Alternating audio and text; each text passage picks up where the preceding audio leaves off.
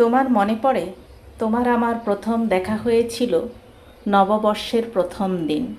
সেই নববর্ষেই পরিচয়। নববর্ষের দিন হয়েছিল হৃদয়ের আদান প্রদান। মনে নেই বুঝি? আচ্ছা বলো তো, সবই কি ভুলে গেলে? কিছু কথা, কিছু স্মৃতি, সে তো হৃদয়ের কোণে স্থির চিত্রের মতো আমরও নির্বাক চেয়ে রয়। অবশ্য তোমার যা ভুলো মন, একটু আগের কথাটাও ভুলে যাও এখন। আর আড়াই যুগ আগের কথা, সে তো তোমার মনে না থাকারও কথা। জানো সুদীপ্ত, আমাদের সম্পর্কের আজ 30টা বছর পার হয়ে গেছে। সেই নববর্ষের প্রথম ক্ষণ আজ আবার। আজ পহেলা নববর্ষ। জানি তুমি হয়তো তাও জানো না, কিন্তু কেন জানি না সেদিনের কথাগুলো আজও আমার বড্ড মনে পড়ে।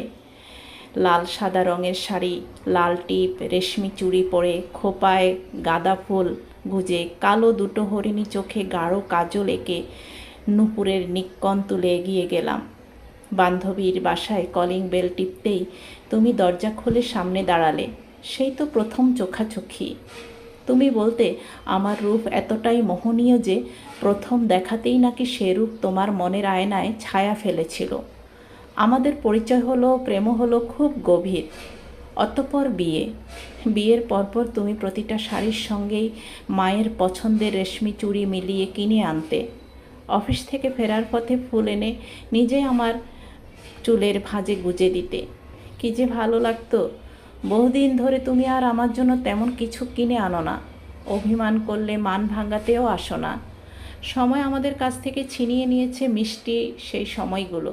তাই হয়তো দুজনার অনুভূতিগুলো আর বসন্তের মতো ফুল ফোটে না, নববর্ষের মতো আর দিনটাও আসে না। তাই বুঝি প্রেম প্রীতি, মান অভিমান কিংবা অনুরাগের ছায়াও আর আসে না। এখন আর আগের মতো তুমি পড়তে পারো না আমার মুখ খাওয়াবে কি আছে। জানো সুদীপ্ত, কোথায় যেন ছেঁড়া একটি চিরকুটে পড়েছিলাম, প্রেম যখন প্রয়োজন হয়ে দাঁড়ায়, ভালোবাসার মানুষটি তখন অভ্যাসে রূপান্তরিত হয়। তখন আর তাকে এতটা খেয়াল করে পর্যবেক্ষণের দরকার হয় না। এতটুকুই পড়েছিলাম। শেষের কথাটুকু চিরকুটের ছেঁড়া অংশে ছিল হয়তো, বাকিটা পড়া হয়নি।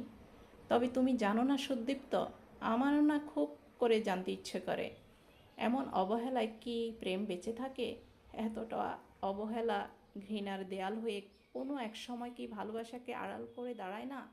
ভীষণ জানতে ইচ্ছে করে।